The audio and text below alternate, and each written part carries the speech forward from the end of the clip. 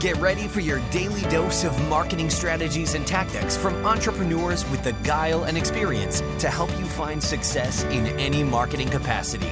You're listening to Marketing School with your instructors, Neil Patel and Eric Su.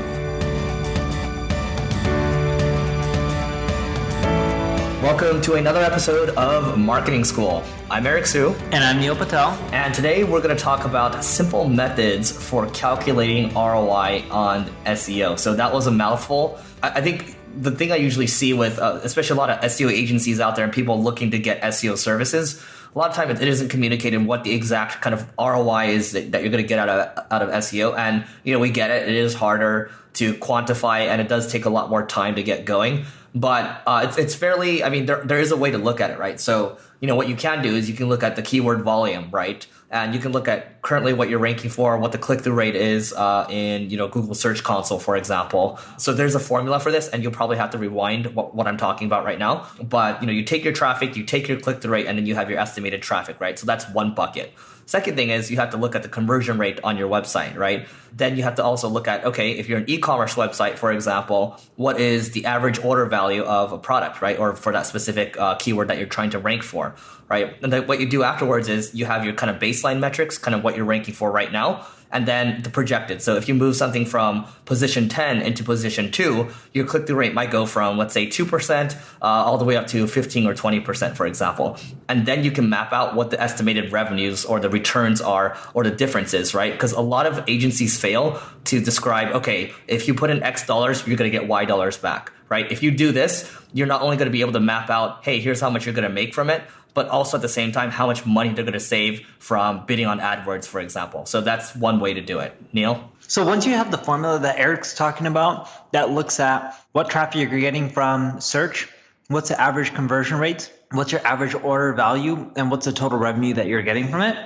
then what you want to do is go to SEMrush or Ahrefs, look at all the traffic sources that your competitors are getting traffic from compared to your numbers.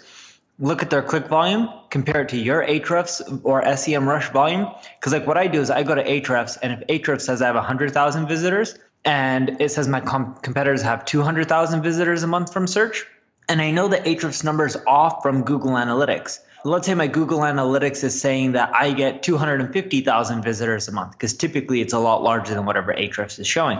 Well, I know based on the Ahrefs rank that my competitors are roughly getting double than me. So if I'm getting those extra 250,000 visitors that my competitors have that I don't, how much extra revenue would I generate? And that's how you know if it's really worth investing in SEO.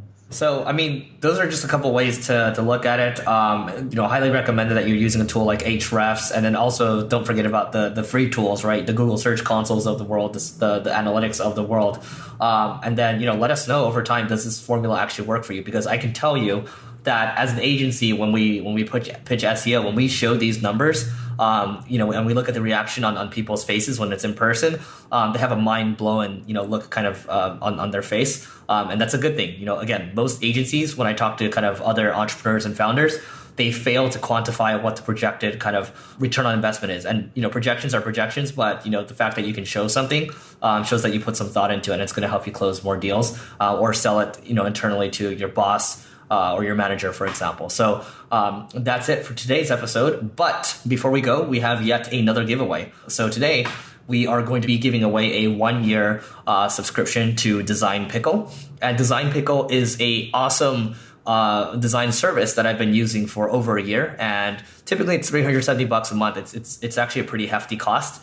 But we're giving away basically an annual subscription to this. And what it does is it allows you to, a lot of different designs. It's unlimited each month. So we use it for a lot of blog designs, but I don't want to go too much into it. It's a great tool, or it's a great service. And if you actually want to get in on this giveaway, first rate, review, and subscribe our podcast. And then to prove that you did it, text Marketing School, one word, to 33444.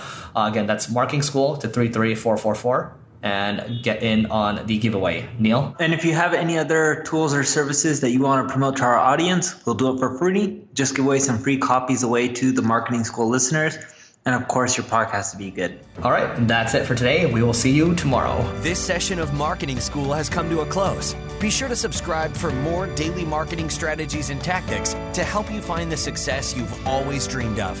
And don't forget to rate and review so we can continue to bring you the best daily content possible. We'll see you in class tomorrow, right here on Marketing School.